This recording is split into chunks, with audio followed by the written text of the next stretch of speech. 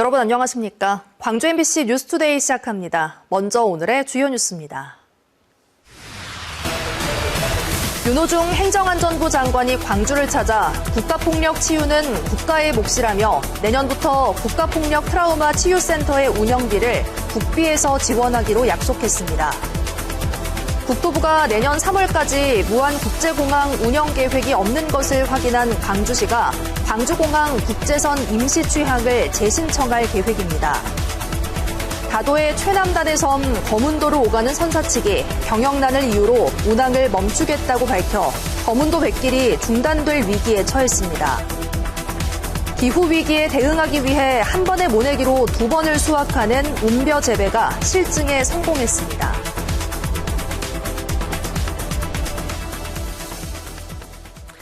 국가 지원 없는 국립시설이라는 오명을 썼던 국립국가폭력 트라우마 치유센터가 내년부터는 국비로 운영됩니다.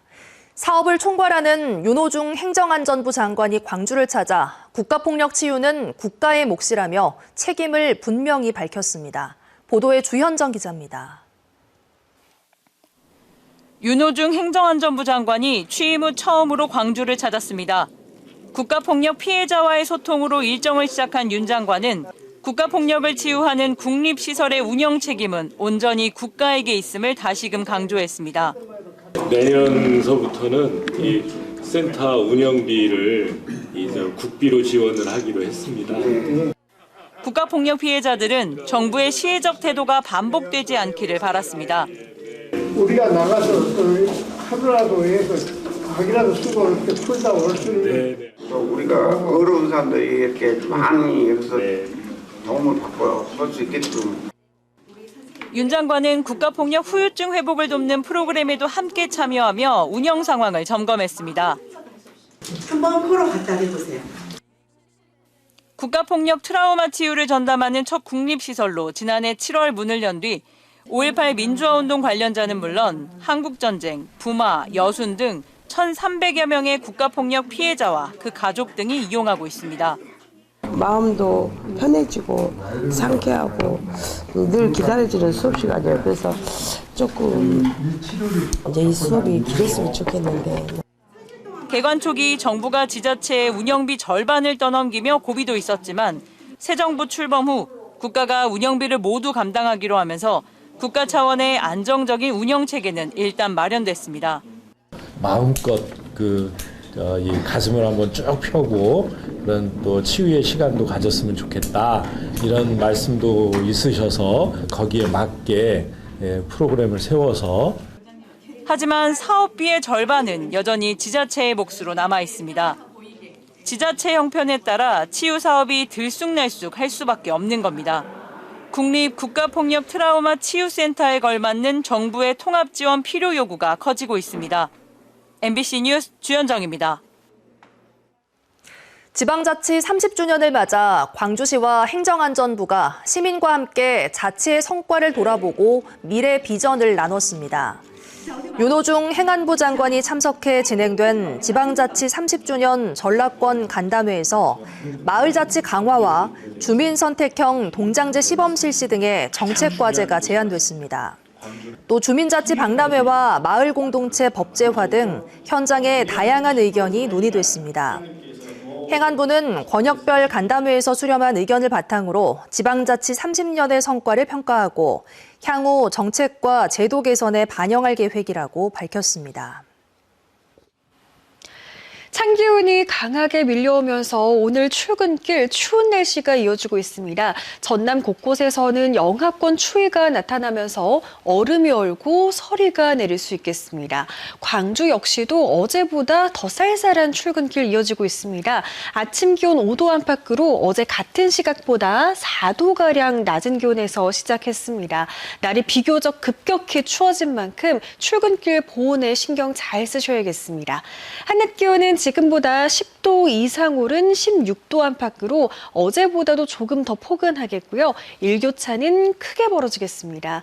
최근 독감이 이례적으로 급증하고 있습니다. 면역력 잘 챙기셔야겠습니다.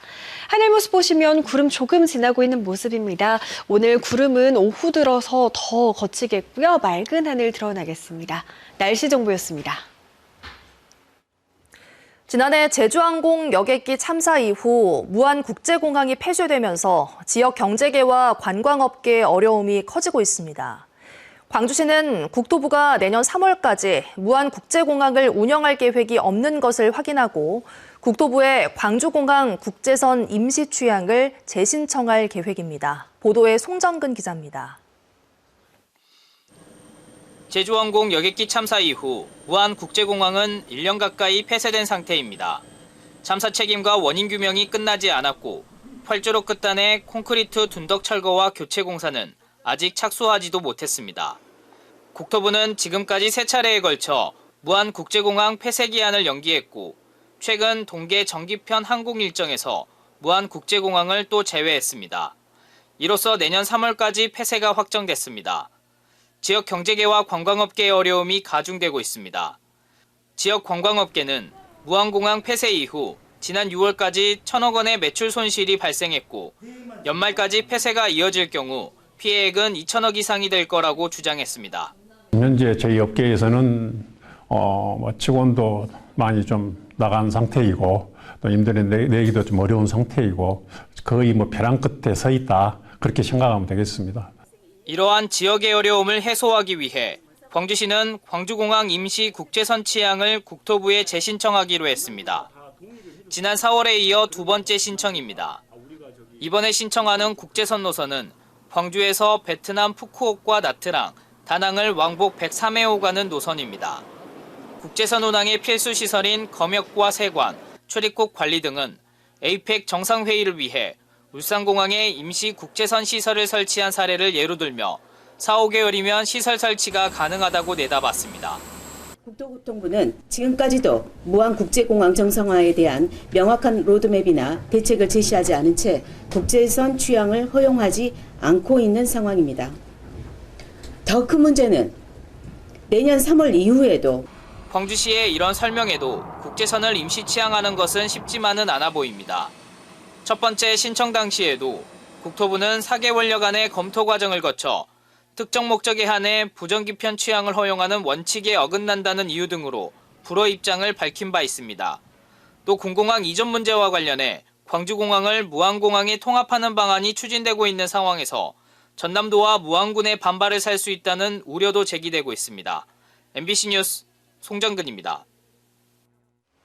전남경찰청 형사기동대는 휴대전화를 개통한 뒤 분실한 것처럼 속여 수십억 원대 보험금을 타내고 공기계를 해외로 밀수출한 일당 60명을 검거해 이 가운데 7명을 구속했습니다.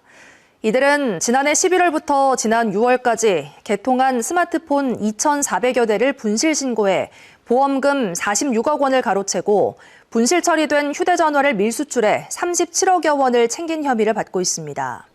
이런 방식으로 불법 유통된 휴대전화는 보이스피싱 피해자와 접촉하는 도구로 쓰이거나 마약 유통, 투자 리딩방 운영 등 각종 범죄에 활용된 것으로 조사됐습니다.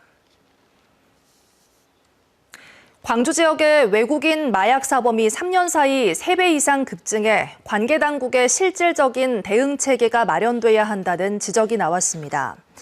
정다은 광주시 의원이 광주경찰청 자료를 분석한 결과 지난 2021년 37명이었던 지역의 외국인 마약 사범은 이듬해 52명, 2023년 119명 등으로 급증했습니다. 정 의원은 같은 기간 지역 전체 외국인 피해자 규모는 비슷한 수준을 유지했다는 점에서 광주 지역의 외국인 커뮤니티를 중심으로 약물 확산 가능성을 점검하고 대응하는 논의가 시급하다고 지적했습니다.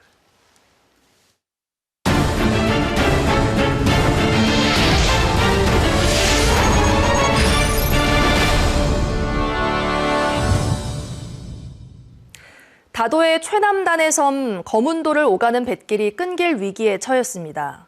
적자에 시달리던 선사 측이 여수시가 운항 지원금을 모두 지급하지 않았다며 더는 운영할 수 없다고 밝힌 건데요. 여수시는 지원금을 모두 보전했다며 일방적인 운항 중단에는 강경 대응하겠다는 입장입니다. 최황지 기자의 보도입니다. 여수 거문도를 오가는 쾌속선 하메로 측이 최근 여수시에 보낸 공문입니다. 월 1억 원이 넘는 적자로 심각한 경영난을 겪고 있다며 대책 마련을 요구했습니다. 개선 방안이 마련되지 않으면 다음 달 15일부터 운항을 중단할 수밖에 없다는 내용도 담겼습니다. 지난해 취항에 여수 거문도를 편도 2시간대로 오가며 주민들의 불편을 크게 줄인 하메로. 선사 측은 여수시가 협약을 지키지 않았다고 주장합니다.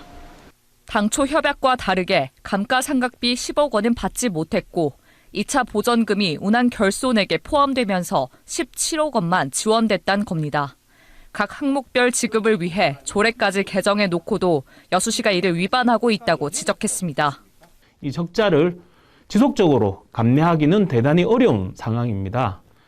그리고 이러한 적자의 발생 원인이 운항에 있어서 문제라기보다는 당초 협약을 준수하고 있지 않는 여수시의 책임이라고 할 수 있습니다. 여수시는 운항 결손액 안에 2차 보전금은 물론 감가상각비도 포함됐다며 별도로 지급하는 건 중복 지원이라고 말했습니다. 또 선사 측이 운항을 중단할 때 협약 위반이라고 보고 법률적 검토를 통해 강력히 대응하겠다고 밝혔습니다. 거문도는 전남다도의 최남단이자 국토 외곽의 먼 섬이지만 주민들의 이동권은 물론 해양 경계와 국토 방위 차원에서도 중요한 전략 거점입니다. 하지만 그동안 줄리아 아쿠아호, 웨스트 그린호 등 민간 선사들이 잇따라 적자 등을 이유로 해당 노선 운항을 포기하고 있습니다. 올해만의 문제가 아니고요. 매년 이 불안에 떨고 있는 것은 맞습니다. 그래서 중공영제가 아니고 중앙정부에서 공영제를 해줘야 되는 게 맞거든요. 특히 그 외곽 먼 섬에 대한 부분에. 여수시의 대표 항로인 여수 거문도 항로가 선사와 여수시와의 갈등으로 멈춰설 위기에 놓여 있습니다.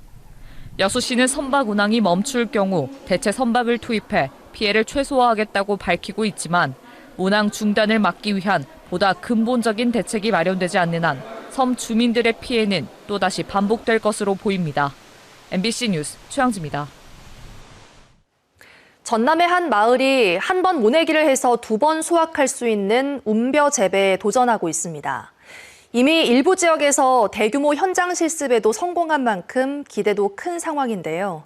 지구온난화에 대응한 또 다른 농업혁신의 현장을 서희령 기자가 취재했습니다. 막바지 벼베기가 한창이어야 할 논에 아직까지 초록빛 벼가 자라고 있습니다. 지난 8월 1차 수확을 마친 뒤 다시 씨앗을 뿌리지 않았는데도 베어낸 자리에서 다시 벼가 자라고 있는 겁니다. 한 번의 모내기로 2번을 수확하는 이른바 운벼 재배입니다. 뒤에 다니시던 분들이 우리 논을 보고 우스갯소리로 야 고기를 또 숙인다.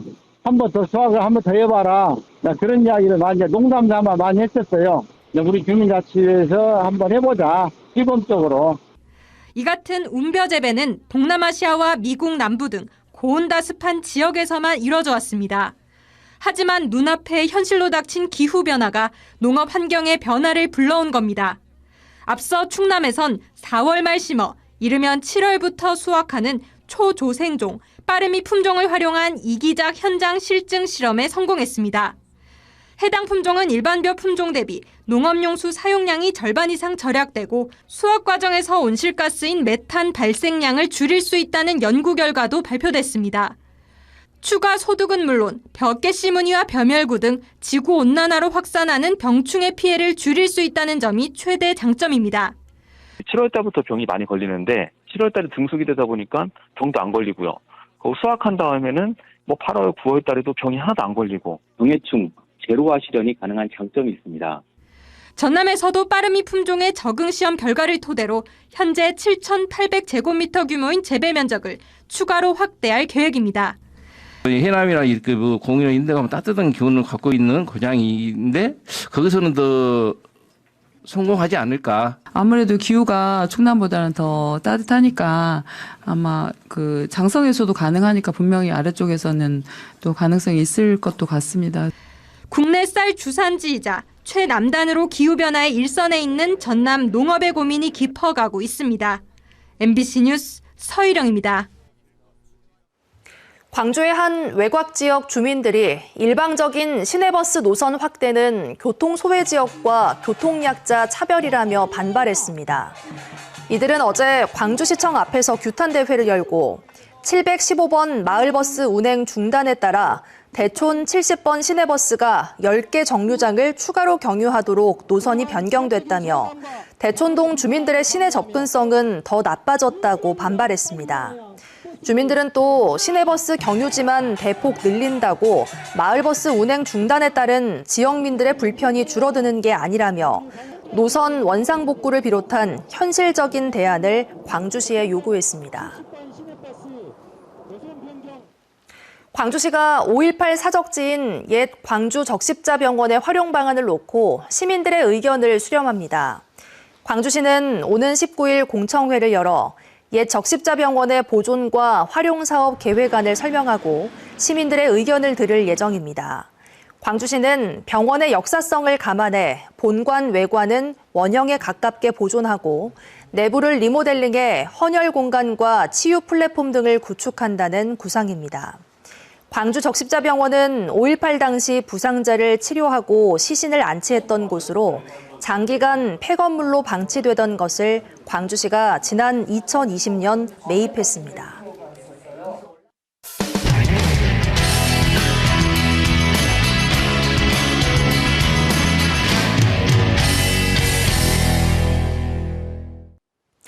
올가을 비가 자주 내리면서 배추나 무의 생육이 좋지 않았지만 김장에는 큰 차질이 없을 전망입니다.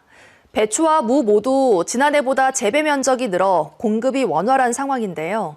김장 비용도 지난해보다 저렴할 것으로 예상됩니다. 전주문화방송 이창익 기자가 보도합니다. 올 가을 배추는 생육기 잦은 비로 무름병이 번지면서 작황이 예년 같지 않습니다. 산지마다 20% 이상 수량이 줄고 속이 차는 결구율도 좋지 않았지만 전반적인 공급 상황은 나쁘지 않습니다. 도내 배추 주산지인 임실의 경우 재배 면적이 지난해보다 7%가량 늘어 김장용 가을 배추 공급은 양호한 편입니다. 300m 이상 고냉지이기 때문에 그 햇빛 일조량도 좀 좋고 해가지고 배추가 첫째 고소해요.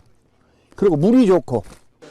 임실군은 품질 좋은 배추를 기반으로 10년째 절임 배추와 양념 택배 사업을 해왔는데 올해도 반응이 매우 좋습니다. 14일까지 주문을 하는데 지금 80%가 지금 주문이 됐습니다. 주문을 빨리 서두르셔야 맛있는 김치를 맛보실 수 있을 것 같습니다. 한국물가협회가 내놓은 올해 4인 기준 김장 비용은 전국 평균 전통시장이 37만 8,860원, 대형마트는 47만 7,750원으로 예측됐습니다. 지난해 대비 전통시장은 9.6% 하락했고 대형마트는 8.4% 줄어든 수치입니다. 이는 일단 김장 주 재료인 배추 가격이 1년 전보다 23%나 떨어졌기 때문입니다. 비로 인한 무름병에 갈아엎은 밭이 많았지만 국내 재배 면적 자체가 크게 늘어 예상 생산량은 120톤으로 지난해보다 오히려 3.2% 증가했습니다. 또 배추와 함께 주 재료격인 가을무 역시 생산이 늘어 지난해보다 32%가 저렴해졌고 고추 역시 1.4%, 천일염도 14.9% 가격이 낮아졌습니다. 지난해보다 한층 저렴해진 가격에 김장을 담글 수 있는 김장 페스티벌도 도내 곳곳에서 열립니다. 임실은 이달 21일부터 사흘간 임실 치즈 테마파크에서 열리며 전주와 익산, 진안에서도 김장 축제가 예정돼 있습니다. MBC 뉴스 이창익입니다. 3년 전 대형 산불로 강원도 동해 지역이 큰 피해를 입었는데요. 산불 이재민에게 제공했던 임시주택을 둘러싸고 행정기관과 피해 주민이 갈등을 빚고 있습니다. 현행법상 무상 거주 기간은 최대 2년인데 갈 곳 없는 주민들은 기한을 1년 반 넘긴 채 실효성 있는 이주 지원을 요구하고 있습니다. MBC 강원 영동 이준호 기자가 취재했습니다. 크레인이 컨테이너를 들어 올립니다. 산불 이재민 임시주택을 강제 철거하는 겁니다. 이런 임시주택은 지난 2022년 3월에 난 산불로 피해를 입은 주민에게 제공됐습니다. 당시 60대 남성이 강릉에서 낸 산불은 이곳 동해시까지 번지며 모두 4천여 헥타르를 태웠습니다.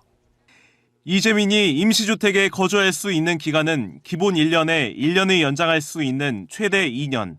법대로라면 지난해 4월쯤 컨테이너를 반납해야 합니다. 그런데 전체 24가구 가운데 8가구는 1년 반가량 지나도록 이를 따르지 않고 있습니다. 피해 보상금 등을 이용해 1,250여만 원을 내고 임시주택을 구매하는 방법도 제시해봤지만 여러 사정을 들어 거부하는 겁니다. 뺄 때 빼더라도 내가 거주할 수 있는 상황에 내가 이사를 하고 이사를 옮기고 할 때까지만이라도 봐줘라. 사정을 했어요. 게다가 이들 가운데 3가구는 임시주택이 공공개발 용도인 강원경제자유구역 개발부지에 있어 이를 사더라도 대체 부지를 구해 떠나야 합니다. 옮길 땅이 없는데 계속 옮기라 그러니까 다른 데 땅이 있는 거는 사야 되잖아요. 동해시는 각자 사정이 딱하지만 내년 상반기까지 8가구 모두 철거할 계획입니다. 소송까지 가려고 준비는 안 했는데 진짜 이주민을 생각하면 안타깝지만 그래도 또 행정적인 재산이고 저희도 어쩔 수 없이 처리를 해야 될 입장이어서 동해시는 철거한 컨테이너를 시민 자율방범대 초소등 공공시설로 활용할 예정입니다. MBC 뉴스 이준호입니다. 30년간의 복원 노력 끝에 우리나라 황새 개체수가 250마리에 달하며 최근에는 텃새처럼 정착하는 모습이 잇따라 목격되고 있습니다. 하지만 황새가 텃새로 자리 잡기 위해서는 전선과 송전탑 같은 위협 요인에 대한 대비책이 필요합니다. 대구문화방송 신병철 기자의 보도입니다. 대구 경북 지역은 최근 황새가 자주 나타나고 있습니다. 잠시 머무는 게 아니라 텃새처럼 서식하고 있습니다. 경북 고령군 회천 부근 지역에는 올해 최대 5마리가 목격됐습니다. 몇 년 전부터 아니고 원래 하여튼 그쪽에 있는 주민들이 원래 이제 5마리가 와 있었다 일찍 그런 이야기를 했어요. 근처가 사실은 저희들 호사비올이라든지 이런 애들이 계속 나오는 그 인근 지역들이거든요. 관련 학계에 따르면 현재 대구 경북에서 서식하고 있는 황새는 10여 마리로 추정됩니다. 전국적으로는 250마리가 서식하고 있는 것으로 파악됩니다. 대구 경북은 상대적으로 다른 지역보다 개체수가 적고 늦게 나타난 편입니다. 예전에는 겨울철에만 볼 수 있는 희귀한 철새였는데 1년 내내 이제 관찰되는 원래 우리나라 텃새였던 황새가 다시 그 텃새로서 이제 부활한 거다. 이렇게 보시는 분들이 있죠. 황새의 서식에 가장 큰 위협이 되는 것은 전선과 송전탑입니다. 대형 조류인 황새는 날아다니다가 전선과 부딪히거나 감전사로 죽는 경우가 적지 않습니다. 지금까지 확인된 폐사한 황새 53마리 가운데 5마리가 전선과 충돌했고 2마리가 감전돼 가장 많은 비율을 차지했습니다. 황새의 이동 경로에 있는 전선 주위에는 접근을 막기 위한 조류 보호용 장치를 설치하거나 저런 시설을 갖출 필요가 있습니다. 높은 곳에 둥지를 트는 습성이 있는 황새는 송전탑에 둥지를 짓는 경우가 많아 감전사 우려가 높습니다. 이를 막기 위해서는 송전탑 주변에 인공 둥지탑을 설치해 황새가 안전하게 둥지를 틀도록 유도할 필요가 있습니다. 황새 둥지탑이 거긴 없으니까 전신주나 송전탑을 이용해서 번식을 시도할 겁니다. 그럴 때 좀 지자체에서 둥지탑을 세워준다거나 하면 전기 사고에 안전한 그런 둥지를 좀 관리할 수 있을 거라고 생각합니다. 대구 경북에서 황새가 잇따라 목격되는 지금 위협 요인들을 제거해 안전한 보금자리를 마련하는 노력이 필요할 때입니다. MBC 뉴스 신병철입니다. 허진 전남대학교 미술학과 교수가 제20회 대한민국 장애인 문화예술 대상을 받았습니다. 허진 교수는 한국화의 전통을 계승하고 발전시키는 데 크게 기여하며 전남대에서 후학 양성에 앞장서온 공로를 인정받았습니다. 남농 허건의 손자이기도 한 허 교수는 인간과 자연, 문명의 관계를 탐구하는 독창적이고 실험적인 작품을 통해 한국화의 다양성과 창의성을 확장하고 있고 38차례 개인전을 열었습니다. 광주 양림동 출신의 망명음악가 정추 선생의 삶과 예술을 분단과 이산의 민족사 차원에서 복원한 평전이 발간됐습니다. 정추 선생의 조카인 정철훈 작가가 쓴 평전은 일제강점기를 시작으로 해방과 분단, 이산의 민족사 한복판에서 예술혼과 민족애를 불태웠던 정추 선생의 90년 인생을 담고 있습니다. 1923년 양림동에서 태어난 정추 선생은 해방 이후 평양음대 교수로 재직하다 소련으로 망명해 음악가로서 명성을 쌓았고 카자흐스탄에 정착해 고려인 가요 천여 곡을 녹음기로 채록했습니다. 북쪽 찬 기온이 강하게 밀려오면서 오늘 어제보다 더 쌀쌀한 출근길 이어지고 있습니다. 전남 곳곳에서는 영하권 추위가 나타나면서 서리가 내리고 얼음이 얼 수 있겠습니다. 농가에서는 농작물 관리에 신경 더 써주셔야겠습니다. 광주도 마찬가지입니다. 오늘 아침 기온 5도 안팎에서 시작하면서 어제 같은 시각보다 4도가량 낮은 기온 보이고 있습니다. 날이 급격히 추워진 만큼 따뜻한 옷차림으로 보온에 신경 잘 쓰셔야겠습니다. 한낮 기온은 지금보다 10도 이상 오름세를 보이면서 어제보다 조금 더 포근하겠고요. 그만큼 기온차는 매우 크게 벌어지겠습니다. 최근 독감 환자가 이례적으로 급증하고 있는 만큼 면역력 관리 잘 해주셔야겠습니다. 하늘 모습 보시면 현재 구름 조금 지나고 있는 모습입니다. 오전 중에는 구름의 양이 많을 수 있겠지만 오후 들어서는 구름이 걷히면서 더 쾌청한 가을 하늘이 드러나겠습니다. 전남 곳곳에서 초겨울 추위가 나타나고 있습니다. 장성과 담양에서는 2도 안팎, 화순에서는 1도 안팎의 기온 보이고 있고요. 기온차는 매우 크게 벌어지겠습니다. 무안 16도, 영암과 강진 17도 안팎으로 낮 동안에는 포근해서 활동하기 좋겠습니다. 고흥의 현재 기온 1도 안팎에 머물러 있는 가운데 한낮 기온은 무려 18도 안팎까지 오르겠습니다. 바다의 물결은 남해 서부에서 최고 2m로 높게 일겠고요. 너울이 해안도로를 넘나들 수 있겠습니다. 내일과 모레 아침 기온은 오늘과 비슷하겠지만 한낮 기온은 오늘보다 더 높게 올라서 일교차 큰 날씨가 이어지겠습니다. 날씨 정보였습니다.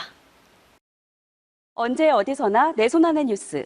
광주 MBC 뉴스 유튜브 구독으로 함께하세요.